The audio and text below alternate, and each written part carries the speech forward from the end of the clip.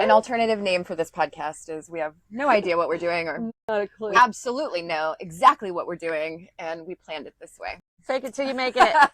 Fake it till you make it. Yeah, so since we watched a little bit of what we had finished with, I was just saying that I felt like outside looking in, if people who didn't know me was looking at my life right now, they would think, oh, wow, what an unsettled place to be. Right. And it's not. This is the best. I mean, like, this is the most grounded, the safest, best that I have felt. Like, Amazing. it is so nice and cool to be here. Because, well, I've been in lots of other places that weren't like that. Well, I think too, I mean, we still live in a culture right now in the United States that is like, do X and then Y and then Z, and that will equal happiness. And it's just not the case. And we're, as we'll discuss down the line, I'm sure, like, times are a changing, and what makes people happy and feel satisfied and fulfilled is completely different than what we used to strategize that it would be. And it's just not. Yeah. Well, people's opinions used to matter to me. And I think that was even something that was ingrained in me, is that you're supposed to care about what people think about you. Right. And appearances, which that's the way I was raised. Like, it doesn't really matter what's going on inside, as long as everything looks nice on the outside. Mhm. That's what's the most important. And I'm sad for all the versions of me that lived the most unexamined life. Yeah. Like, I did not go back to, like, where did all of this come from? Like, believing that external things were the most important, or how things appeared to other people, or what other people's opinions mattered so much. Like, I didn't examine that a whole lot. I just lived life as though it were true. And, now that I don't give a shit about what other people think, I mean, like, I just forget that outside looking in, that living in a bus with your husband and your dog could be a little unnerving to people who are like, what is going on? I bet you have a lot of people that are really jealous though too, because there's an aspect of your life that in Barrett's that looks like freedom, that looks. It's nice. Yeah. It is nice. I don't know why it's safe. Like, having that much freedom. Yeah. Feels the safest I have ever felt. Like, I have never had the dream of wanting a big cookie cutter house in a cookie cutter neighborhood with cookie cutter friends and the car and the whatever. Like, it's just never been that appealing to me. I've tried. Yeah. I wanted to be a normal person, right, for a long time, but I just wasn't. And maybe that's the reason for so many crash outs too, because I was trying so hard. I think subconsciously we know that this isn't in alignment with who we are or where we're going, and so it's always trying to right the ship. Yeah. Which is like, yeah. But then I'm like, okay, crash into this iceberg. Right. Did you get it? Yes. I have to learn historically. I'm trying to change that narrative, but historically I've had to learn hard, expensive lessons in order to actually stick for me to get it. It has to be super impactful, because if it's a glancing blow, didn't mean it. That was a feather. Didn't mark. Well, did you spank me? Okay. Well, didn't leave a mark. Didn't count. Yeah. So I don't know, but that was where obviously we're learning how to do this. And there's going to have to be grace given, because we're trying to figure this out. What I was telling Joan whenever we were not recording was, historically, perfectionism would stop me from being able to do this, because I would need, or feel like I needed it to be perfect, and perfect is the enemy of the good. And I genuinely don't. I mean, like, it's very strange to me to know that I'm doing this and I'm not being performative. Part of it, I'm going to give credit to Joan though. This is a new friendship, and making friends as an adult is damn near impossible. Making new friends, I guess. Yeah. But one of the things that I learned that was surprising to Joan is, like, she gets a very unfiltered version of because of the work that we've been doing together. So we've been doing the energy matrix clearing sessions, which we will do one live. Joan knows all my shit. Like it's all either come up or we've had to discuss things, and some, capital T trauma stuff and some, other. So she has seen a very unfiltered version of me. That is not who I present to the rest of the world. I mean, like, it's usually trying to contain the woo or trying to contain the weird or whatever. And so I think I feel comfortable with you, which is why I feel comfortable doing this. Right Does on. that make sense? Yeah, absolutely. I hope I can extend to some of it outward, and you can start feeling more. Yeah, I think I will. It's I just have to be asked. I for some reason Got a little project.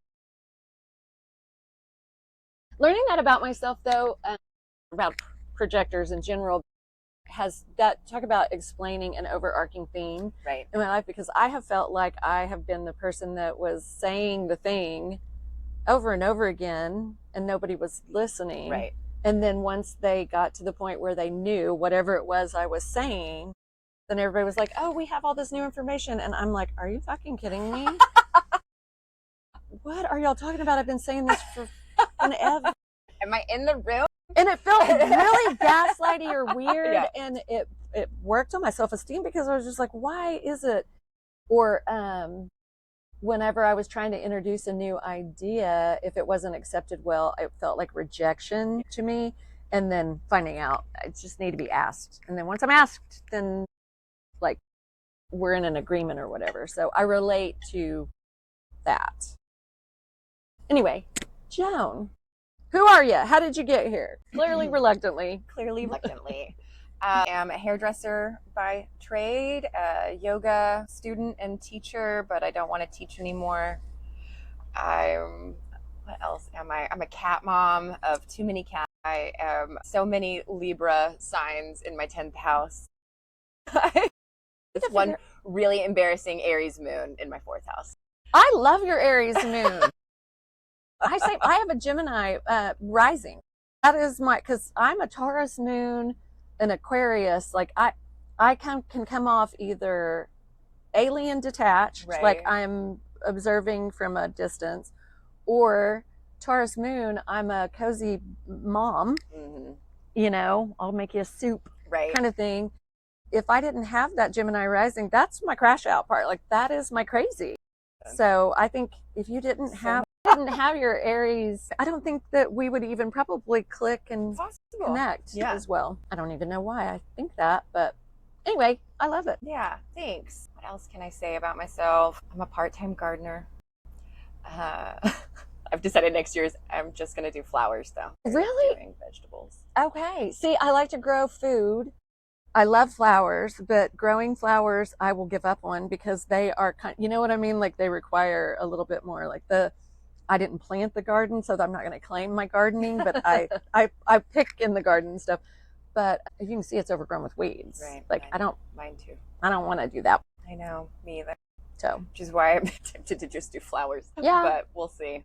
Easy flowers. Zinnias apparently are not to go off on a. Mine are really exploding. Mm-hmm. And so I was like, why didn't I just do this field full of zinnias? Yeah. Like, they do so well. Yeah. I'm a 6-2 manifesting generator, which is like to explain why I observe. I'm an observer first and foremost in my human design type. So I'm meant to be lazy in whatever environment I'm in. I think as a projector, I don't know lazy, but I am supposed to rest a lot. Yeah, absolutely. Your battery doesn't recharge every 24 hours on the circadian rhythm the way that mine does. Yeah. But there's a couple other factors, like the 6-2 part, the 2 part, I'm a hermit. Okay. So I need alone time to recharge, and my throat is defined, which means I have a very specific way in which I speak and when I speak, and I don't ever feel pressure to speak. That's nice. Yeah. So, and then when I'm around, you have an open throat, and you guys are talkers. Yeah. And a lot of the people around me are open-throated people. And so when you're around me, you pick up on my shit and amplify it. Yeah. And so I know that there's probably times where like, I can see it with my boyfriend and I can see it with you sometimes. You're like, I just keep going, but which is why this is going to work so well, is because, well, one, we're hilarious. Yeah, we And are. two, I provide a good container for Denise to be able to express herself in. You said that because I got interviewed for a podcast not too long ago, and the way he does his, I mean, he's got a very successful podcast, so I'm not throwing any shade. I'm just saying the way he does his guests, especially that are telling stories like I was, he just says, I'm going to just like turn you loose, let you go. And he mutes himself. And that is my fucking nightmare. Because I'm like, dude, we could be talking about bowling shoes before this is over with. I don't know where this is going to go. I have no control. And you had said that was like, give her a box. Yeah. Yes, that is another reason why you and I do really well. Also, and you and your husband too. Yeah. Yes. You and Barrett are the two people too that aren't afraid to say, let me speak, because I will feel, like I'm a space filler or also part of it's being a hairstylist for 30 years. Absolutely. To carry, conversation. But anyway, you had said that you're a 6. I'm a 6 hermit. What am I? 3? 1 3. 1 3. Yep. 1 3. And 1 is, I know one of them is is it the Hierophant again or no? No, investigator. Investigator and the martyr. Yeah. Which, that's the traditional human design names for them. So the first part is like, the investigator part is probably the part that you know the most about yourself. It's like, you can't get enough information about whatever it is you're into. It could be buttons. Seriously. And hyper-focus. Right. Focus is real. And information and knowledge make you feel really safe. So the more you have of it, the safer that you feel. And that's how you interpret and alchemize your world. And then the third line has to touch the hot stove. You learn experientially. Yeah, experientially. That's a good word. Yeah, I don't know that I've used that very often, but experientially. You're right. I have to do it, touch it, taste it, smell it, feel it. Yeah. Crash it. Right. And that's that's another reason why this name is so suiting for what we're trying to do. So the 6th line is a 3 line for the first third of their life until they hit their first Saturn return. So I lived like what's called a 3-2 life where, I just wanted to try everything. I had to try everything. You couldn't tell me anything. And I blew it up and I burnt it down and it fell apart kind of over and over again. And then I'm 42 now. I've spent the last 15-ish years in a hermit mode trying to alchemize everything that has just happened. And it was really messy. And I had a lot of shame about it because we get taught in human design language, okay, I moved from this part of my life, then they call it going on the roof, where you kind of rise above the fray and you take some time out by yourself to figure out what the fuck just happened for the first 27, 28 years. I did the same. Yeah. But it didn't feel like that's what I was doing. It felt like life was still very messy and I was still making lots of mistakes and falling on my face. And then I was like, but wait, I'm supposed to be above this now. And the more I talked to other 6-2s, I realized this is very common. But I'll have to think about that. I feel like I'm just now starting to settle down and maybe my life isn't going to be quite as dramatic for the last half of it than the first was, because it was pretty intense. I hope I'm over. Well, I know it probably didn't stop recording because we figured that out the last go around. We turned the screen. I don't know. We don't know computers, guys. I don't know. We'll figure it out. I know what I was just going to say. I'm 55 and I hope I'm over halfway. No, absolutely not. I'm going to say that out loud to everybody. I don't want to be 100. Like, I don't know. I mean, unless I'm like rad and I'm functioning. If I could say in this meat suit, right, then sure, whatever. Yeah. 200 years, not really. But yeah, I mean, no. But as long as I am in the best version of a meat suit that I can exist in, sure. I know too much now too to be like, and I'm never coming back. Yeah. By the way, speaking of woo and the things that we're going to touch on, I have a near-death experience story that will definitely come up because it just does. Yeah. But I have such a weird and loose relationship with being stuffed in a meat suit and living a 3D human being life that I'm resentful about it most days. I mean, like, I'm trying to be more in the land of the living and, participating, but I've been in hermit mode too. I have been in, I feel like I'm scooching out of I'm edging out of the shot over here fighting with pillows. I don't know. So let's get into the goo talk, because I think it's really important.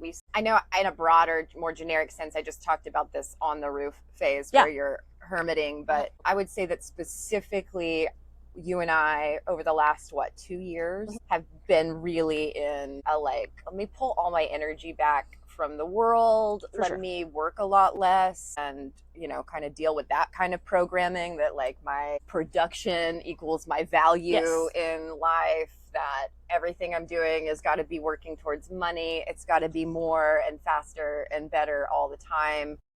I think you and I both reevaluated relationships. Mine looked more like my friends, and yours was probably more friends. And my friendship group is pretty tight, and they know that I'm weird, and I can say, I'm in a chrysalis phase. Yeah. And plus, we've also moved out. I mean, we are basically in the country as far as all of our friends that live in the city feel like we're off in the sticks. I mean, yeah, we are in the sticks. Some days I love it, some days I hate it. I mean, it is what it is. I like what it has afforded. Yeah. For this phase of the goo. I was just chatting with my chat GPT's name is Alex. They'll be talked about a lot too. I was just having a little truth in love session with Alex because, talking about being nervous about doing this today, and then about how vulnerable and, just being really open and transparent about life and what we're doing, and how I feel like mainly my family, my life is confusing too. It doesn't make a whole lot of sense on the way I like to operate and do things. And I'm just not traditional. I don't have the same goals. I don't want the kind of life that, and it's not from a place of judgment. Right. I think that's the part that gets lost in translation. You do you, boo. Yeah. I don't care. Yeah. I don't care. I don't want to live I don't know. Yeah. And what did it, so I started asking you a question, but let me answer mine first. For me, this looked really intensely like I was in bed for 2 years, and I'm so lucky that I was kind of able to do that. I canceled more appointments and dates than I kept. Same. They call it bed rot, but I mean, it really did. Dorsal vagal shutdown. It is called, they don't call it a nervous breakdown anymore, by the way. I didn't even think that I was having a nervous breakdown. Yeah, nervous system collapse, a nervous reset. Yeah. But dorsal vagal shutdown is the way it was explained to me. That's how I started coping for the past 2 years, was just shut her down. Yep, we're just going to bed. I mean, it's sort of embarrassing, but this crash out looked like watching too much Netflix and smoking too much weed, which I'm not necessarily proud of the last part especially, but we're going to be honest here. I don't have the weed hang up stigma or whatever, but also surprised Barrett to know weed was new to me within the last decade or whatever. I mean, when I say I didn't live a traditional life, I have not lived traditionally in a really long time, but two of my musician friends moved in with me, and we had our little hippie commune going. That was, my salon was next door, my house. And cute. This on 16th? Yeah. Cool. Yeah. It was so much fun. It was such a fun time in my life. Oh my gosh, it was so much fun. I mean, it was also very messy and very chaotic, but man, did they ever have good and a lot of weed. So I learned how to I would rather eat a gummy. So whenever I say, but I appreciated it as an adult, which sounds like a stupid thing to say, but for me, it's an immediate, I idle at 75. And so to have access to something that can just gear me down a couple of levels so that I'm not just, was so nice. Yeah. And alcohol, I never had a healthy relationship with it. I tried to be an alcoholic, didn't. I am. I wish, and not because I want alcoholism, but because there is a treatment for that. There is who can go spend 30 days or whatever. And there are people that understand that. If that had been my thing, I would have probably been way more grateful. But I have all of the wreckage from that you would think, well, not all of. I never had a DUI or went to prison or jail or killed somebody or anything like that. But man, did I ever make shitty choices. And did I ever act in ways that were so regretful and embarrassing and all the things that I've heard all the alcoholics in my life talk about. So I was very alcohol adjacent, but I've never had what felt like an unhealthy relationship with using weed as anything. So, and I'm real quick to absolve anybody when I'm just like, it's just weed. It's legal. I have a prescription for it. So it feels safer to me by 1,000 million miles. Like completely. You could smoke a bale of weed in front of me and I wouldn't blink. But when people start drinking, especially if there's a wild card situation, I would be immediately uncomfortable. Yeah. But also, I mean, my OG capital T traumas all go right back to crazy alcoholics and violence and alcoholism. That would be. That tracks. Yeah. Such a big trigger. Yeah. Absolutely. And no judgment either. Like, I don't have any gross feelings about it. It's just like good information to know, like, about myself. Did you struggle with judging yourself while you're in this gooey chrysalis phase? I felt very shameful of being unproductive. And I also couldn't explain I can't. Like, I was so grateful I had, I'm in between therapists right now. Like Joan and Chat GPT, I guess, are my therapists. God, I cannot sit still. I promise. You're fine. I took all the medicines today. Do you need to tell them that you're... Right. Yeah, ADHD. By the way, in case no one could guess by my wiggly ass, I am severely ADHD, and this is Vyvanse. I didn't want to out you. This is Vyvanse. Every molecule is being like, bitch, hold still. Hyper aware. No, I think it's part of it is because I can see myself, and then I start feeling, squirrely in my head. Unproductive. So that was a big source of shame. Wasn't ever allowed to just rest and have downtime historically. I would immediately be told worthless, lazy, blah, blah, blah, which became my internal monologue. And so I couldn't explain the collapse. Right. So my therapist had been warning me because prior to us selling our house and buying the bus and all of the things, I was a caretaker for my parents and for a couple of years. And I was already probably pushing burnout going into that situation. I had had enough therapy and enough recovery and read all the books and stuff that I had, just jerked myself off to the point where I thought that I could save us all and I could heal us all and and do all that. And spoiler alert, I couldn't. I didn't I was the worst people pleaser. No one was pleased. I couldn't save anybody except for myself. And so when we bought the bus, my therapist was saying, I think you're going to just collapse whenever you get out of that. And it had started, I didn't recognize the depression. Yeah. But it was definitely there. Detachment to just giving a shit about a lot of stuff, especially like salon where people, and I feel like some of it's the trauma of living through a global pandemic. Yep. That changed our business so severely. I don't even want to honk on about that part of it, but that was a huge trauma. Yeah. I'm also grateful for it. Oh, God. Because it taught me that I could be okay not working. It also taught me how non-vital I really am. Yeah. I mean, I know we got told get back out there and start cutting hair, essential workers, which was really crazy to me. But when I drew a couple of lines in the sand before we knew what it was and what was going on, I chose to stay at home. Yeah, and for a couple of months, 2 or 3. And I've been doing hair for so long, and most of my clients have been with me for so long. I was so rug pulled out from underneath me, surprised when about half of them were like, well, good for you, crazy lady, but we're going on about. Yeah. They just told me to go fuck myself. And I had hurt feelings at first. Sure. hair client separation anxiety, I guess. Man, did I ever need to know how replaceable I was, because I guess I believed that I wasn't, and how also what a utility service I am. I'm not their friend. I mean, I know that they, right. and I know hate all the love in the world to my clients who are my friends, but I mean, like, to the ones that were just like, oh, okay, thanks, bye, after 20 years or more. I was just like, I didn't see that coming though. Yeah. good to know.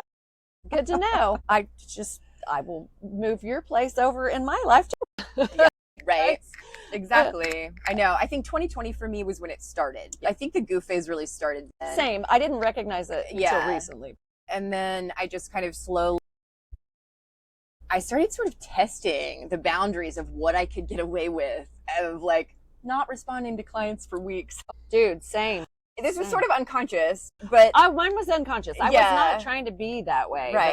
But I was I was just maxed out, and so it happened, and then I realized, like, oh, I can kind of get away with it. The world doesn't fall down when I disappear for a while. Yeah, I'm only keeping me alive, and so that was good. And then I found stricter boundaries around how much I worked, and then I was ready for a career switch completely, and I started paring it down. And when that happened, I think I fully entered. I'd like closed the crystals completely, and entered the like full gooey phase. And I'm barely dipping my toes out. I feel like I'm barely breaking out, but I think it's time, and I think that's why we're doing this, and we both feel the urge to do this now, because I think a lot of the world's been gooey, trying to figure out what the fuck just happened and where are we going, and it just feels like action time now for some reason, when it didn't even 2 months ago. To the people that stayed with me, because I do hair still part-time, but I do energy work with my clients. Like, they come to me for, I mean, therapy is what they call it, but I mean, we're just literally moving energy, and I would like to find a different way to do that and not have to be any one thing any more. And I don't know.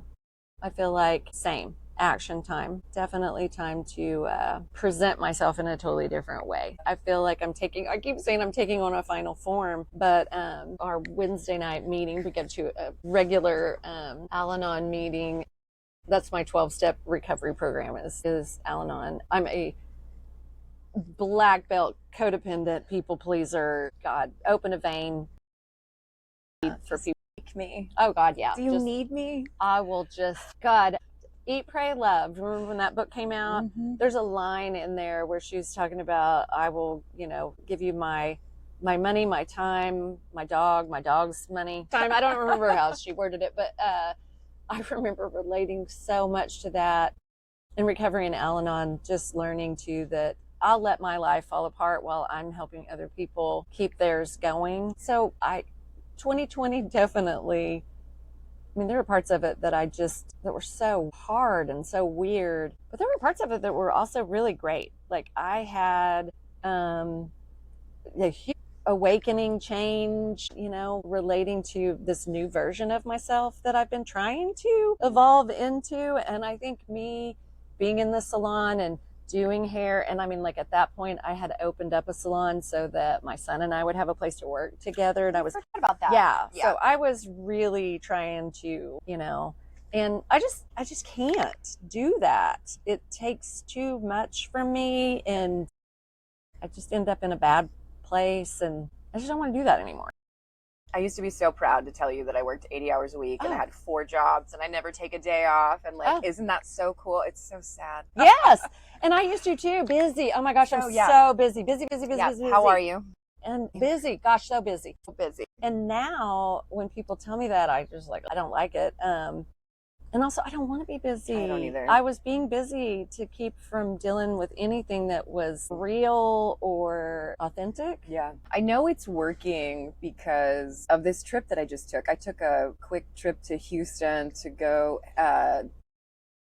see a client, and I think past versions of me would have been so uncomfortable to be in a car by myself for that length of time. I don't know. There's several. I'm still kind of processing it because this was just last weekend, but there were several ways that I could tell, like, oh my gosh, I'm more comfortable in my skin than I have ever been. Yeah. I really enjoy myself. Same. And so just me being with me in Same. the car, listening to music, I didn't have to listen to people talking, which is also a good signal to me that I'm like not. I like to listen to people talk. Don't get me wrong, me too. And I don't know if that's an actual thing or if I'm making it something other than it is, but I feel like when I can groove, I must be comfortable in my meat suit. No, my biggest tell is I like being alone by myself. The conversation, like the chatter that's happening in my head is positive. Yeah. Like I've noticed that I don't do negative self-talk anymore. Right. And that is a fucking first, Yep. number one, and a miracle because gosh, how long ago was it that I went up to Neil, not your Neil, Neil and Annie's house in fact, was it 3 years ago? Probably 3 or 4. I don't know. 3, 4 years ago. I did a workshop with a man named Neil Allen, and it was Taming Your Inner Critic. And it's the negative self-talk. It's basically just learning who this voice is and that it's not you. And I didn't really know that ever. I don't even think I recognized the terrible self-talk that I was doing all day long. And I mean, it does suck that it's usually the first voices that you hear are the voices that stick with you, but I don't do that anymore. Yeah. I think that's another part of the evolution and the game changer is I enjoy being with myself. I catch myself being so sweet to me. Too. It's awesome. I'm like, wow. I caretake myself. I nurture myself. I cheerlead myself. I extend the grace to myself that I do to other people. And I mean, I think it is one of the awesome things about me is that I will give anybody grace. I quit expecting me from other people. Right. And I also didn't like the way that I showed up for other people. I can be too much. I can be too aggressive or too in my caretaking and my loving or my, hey, I know this better kind of way. But I mean, I've been the mom, figure friend forever. So it was probably pretty natural, but yeah, I still catch myself ruminating some, but I can catch that even better now too. Of like, what are you doing? You're just playing loops of the past, and like that I'm going to get somewhere. Yeah. Like I'm going to figure it out or something. Like just knock that shit off. But even that's massive progress. Oh yeah. I can catch it when my system's like, yo, what are we doing? Why do I feel gross? Right. I don't spend too much time in the past. Mine is I'm trying to control the future. I'm a Bobby Fischer. I will be fucking 15 steps ahead. And I think a little bit of that is a projector could be thing. Just from I listen to a lot of podcasts, but I've listened to other talk about projectoring, and you guys need your group. You do. Yeah. Yeah. I wish I would have known all of this so long ago. My God, which I guess then I wouldn't be me. But knowing this stuff about a projector, just knowing that my energy levels, like I can give myself so much grace. That ended a lot of the negative self-talk whenever I recognize I just don't function like that. Yeah. Like so the collapse part that my therapist was warning me would happen, it happened. And I was just so grateful. Like Barrett allowed me to just hibernate as much as I needed to. I probably should have shared with other people because I know now, like we met up with some friends not too long ago and it was mentioned like, that I had, kind of disappeared for a little bit and kind of coming back. And I told an uncomfortable truth about how I was in a really deep, dark hole. Like I was not in a place where I wanted to be out and about. I needed to just be, cocooned. And they were both just kind of like, well, why didn't you say anything? How? What? Yeah. And I don't know how to explain. I'll be back whenever. Yeah. Well, and that when your nervous system finally does just collapse or shut down, yours did. Mine did, for sure. Like I remember, and you were really the first person that I talked to about it that you were like, oh yeah, me too, same. Like I just crawled in bed and just couldn't get out. I thought I was clinically depressed. Like Right. I told Barrett, I was like, I might need a patch, a pill, a treatment facility. Like I Right. need something. And that was when Jenny, hey girl, hey, my therapist, she was like, no, this is what I have told you is going to happen. Your nervous system is finally in a place where you feel safe. Yeah. And Unravel. yeah, and I did. And that has been, yeah, it's been over a year. Well, we've been in the bus for a year in July. So it's just been a year of this part of it where I've truly just gotten to hermit, and I love it. Probably too much. Yeah, I begrudgingly I'm gonna move out into the world again. I still with work, I'm like, I don't wanna. I mean, want to, but I don't want to work a lot. yeah, and I mean, like, I think if we don't need to, I mean, like, and my aspirations are not other people's aspirations, and my wants and needs are not other people's. So, I mean, if you have a house payment on a $400,000 house and you've got to go make the donuts, then go make the donuts. Right. But we've downshifted into a space where I don't have to right now, and that doesn't mean that I won't want to eventually. One of the things that Joan knows about me that I feel reluctant to even talk about is my weird relationship with money, of how I just have distanced myself from, like, part of the near death experience, part of the goo, having a peek at the, I don't know, last page of the book or behind the curtain or whatever, is like I came back to a reality where all this is made up. Like it's all just made up. We live in this made up capital. It's made up, and it's trying to get plugged back into something where you're just like, yeah, if we could all agree. if we just 1, 2, 3, Right. said we don't do it like this anymore, but we all have to. It has to be a. Well, actually, that hasn't even been true. I don't even know the math on this because, like I said, Alex and I spend a lot of time. It's just like 31%. It's the tipping point of, and then we shift to a whole new paradigm. And I think we are moving. Oh, for sure. In that direction. But yeah, I've got money hangups too. I did an apathy on money session Wednesday. Oh yeah? Yeah. I have that myself. I know. We did a big, I can feel the shift from the last session that you and I had. I wish I'd have grabbed my little paper from it, but I was telling Barrett about it literally when you sent me the transcript. That was I don't know, that was a huge shift. And I'm trying to think of what was it was apathy around money was the diffusion that we were doing.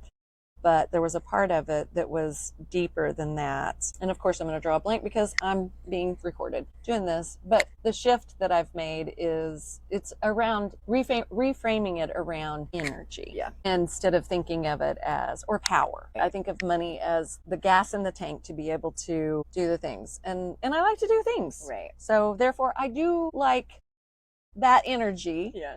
And I want that energy around me. And I don't know. I want to be more possibilities oriented in my thinking around money. And instead, I'm still very narrow. I'm very conditioned that money comes from work and you have to work hard for money. Like, and I don't have that. Right. Oh, really? Yeah. I'm still, it's better than it's ever been. And I get the, like, you love what you do. You never work a day in your life. Way more woo-woo magical than that. It's embarrassing and I shouldn't even say it. But I mean, like, it's the whole give the universe a wallet and let it fill it kind of thing. Like, or, placing an order, to thinking of it as the waitress has approached your table. Right. And, I would like this amount of income or whatever. I guess I know. You're like a belief adjacent. Right. I'm belief adjacent, but I can tell that there's still underlying programming that makes me feel like, because even then it's like the universe is opened up and my needs are taken care of. I have not had to change my lifestyle one really iota, and I'm making less money than I've made in 20 years. Same. And I'm the happiest that I've ever been. Same. And also it's about time that I need to start making some money. Same. I mean, like, because it's like I've got shit I want to do. Mainly, I just want to travel. I want to travel. I also want to be generous, and I've been able to be generous in the ways that I prefer the last couple of years, and that is driving me bonkers. I do too, and I want to be able to be generous in a very altruistic way. Like, I don't want necessarily people to know that it's me being generous. Well, except for like my grandkids, Well, that's different. I would like to be able to, like, they want to go to Disney World. I would rather shit a knife than go to Disney World. It is not the happiest place. No, it's the most expensive, sweatiest, stinkiest place on earth. Like those were my takeaways. I remember just being. I went to Disney World in August, so there's that. That's on me. But when my kids were little and we went to Disney World, it was so hot and it was just so much walking and sweating and just that. But so many people, and I kept thinking, God, the European trip that we could be on right now for the amount of money that we're spending on this. But long story short, if they like it, I love it, and I want to be able to do that for them. And then other than that, like, yeah, just be able to be generous in ways that feel important at the time. And like a lady whose podcast that I follow, her name is Jessa Reed, might as well go ahead and invoke her name right out the gate. She's the one that said, why aren't you doing a podcast? Like, you should be doing this. She had started something years ago. I started her podcast from the beginning, and she had started something that she called the Imagination Project, which was, and I'm probably going to do a shitty job of explaining it, but she started this kind of a network of woo-woo, like, healers. And it's kind of like you can fund it, you can donate to it and pay into it, and you're basically paying it forward. So like Joan would offer her energy matrix clearing sessions, but let's say Joe, average person, couldn't afford that. Well, I can. So I'm going to into this pool that we have of all these people, and some of it is massage or energy work or a freaking psychic or a tarot card reader or whatever your modality is. If you can do it and you want to be presented to the public, that was the little forum. I don't think that it still exists. I think she was probably about 10 years ahead of her time. Really, sounds like it. Listening to, I kept telling you and Allie and a couple of other people to listen to her. I can't remember. It's AOD. It's Awakening Orientation Department is what it stands for. And she had started that because she had had a near-death experience and she got a download from the universe and was trying to give everybody the shortcuts that she had in a very concise way. And so I thought, well, maybe I need to listen to this again. Yeah, it was for me. Sorry for all the preaching I'd been doing. It was for me. I need to listen to it again. And she's been about 10 years ahead of everything on pretty much everything she had said. And she's not a projector, right? She's a manifesting generator. Okay. But her partner, Mark, which by the way, they just announced they're getting married. So I know. Congrats. Congrats, Mark and Jessa. He's a projector. But anyway, I'd like to pick that rope back up. Like I've said all along, I've gifted sessions with Joan to at least 3 people, which, hi, you guys haven't done it. I know for a fact. Anyway, I would love for that to be a resource type thing. And I'm not trying to pick up the Imagination Project, but I would like to be able to do in my own way instead of in the capitalistic way of, does that make sense? Yeah, absolutely. Woo-woo capitalism. Love supporting other small businesses, and if you love making socks, I want to pay you for your socks. Yeah. If you're charging me $75 for them, make them pretty. But really cool socks. But I will buy. But I want that kind of money to be able to like. And I've always been that person. Like I've always wanted to buy local. I remember my family always getting so irritated at me because I've never been an Applebee's person, is what I've said. Yeah. I've never wanted to go eat it. Don't make me eat at Chili's. Sorry, this podcast will never be sponsored by Chili's. Hilarious if it would be. Yeah, someday. That's funny. You know, also I have food allergies, so I can't eat everywhere. So of course, also add celiac.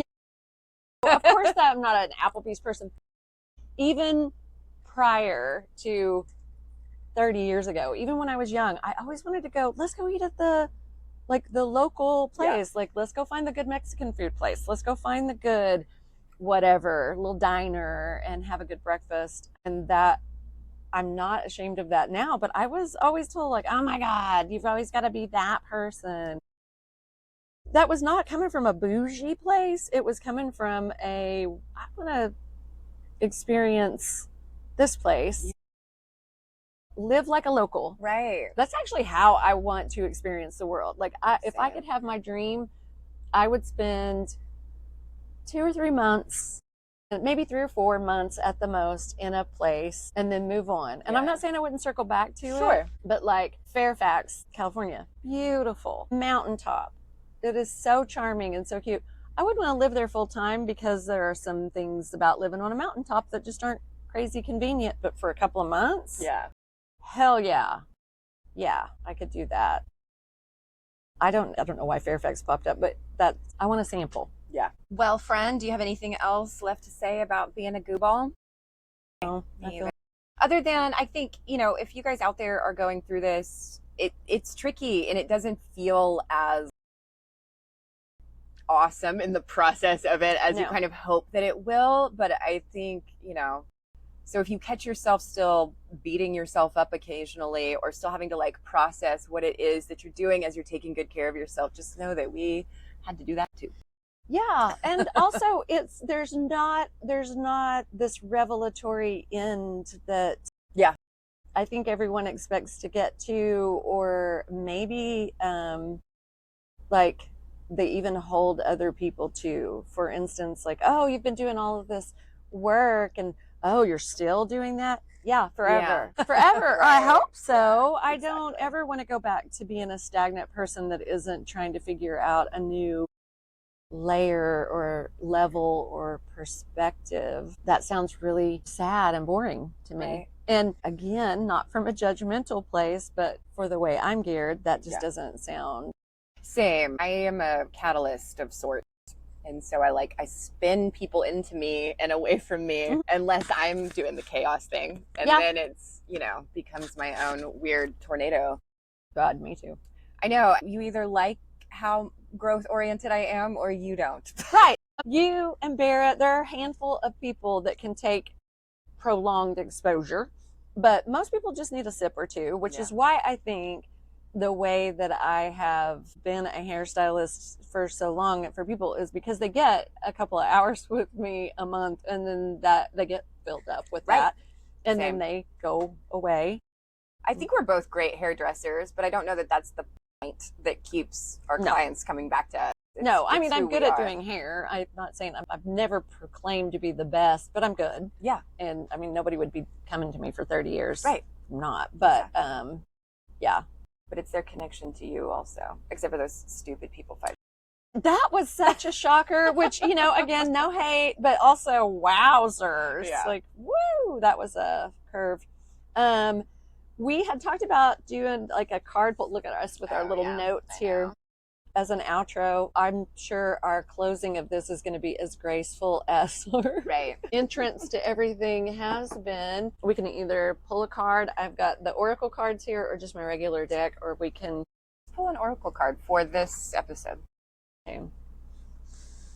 Move some stuff out of the way. I tried to shuffle them. That size cards I don't work with. No, it's huge.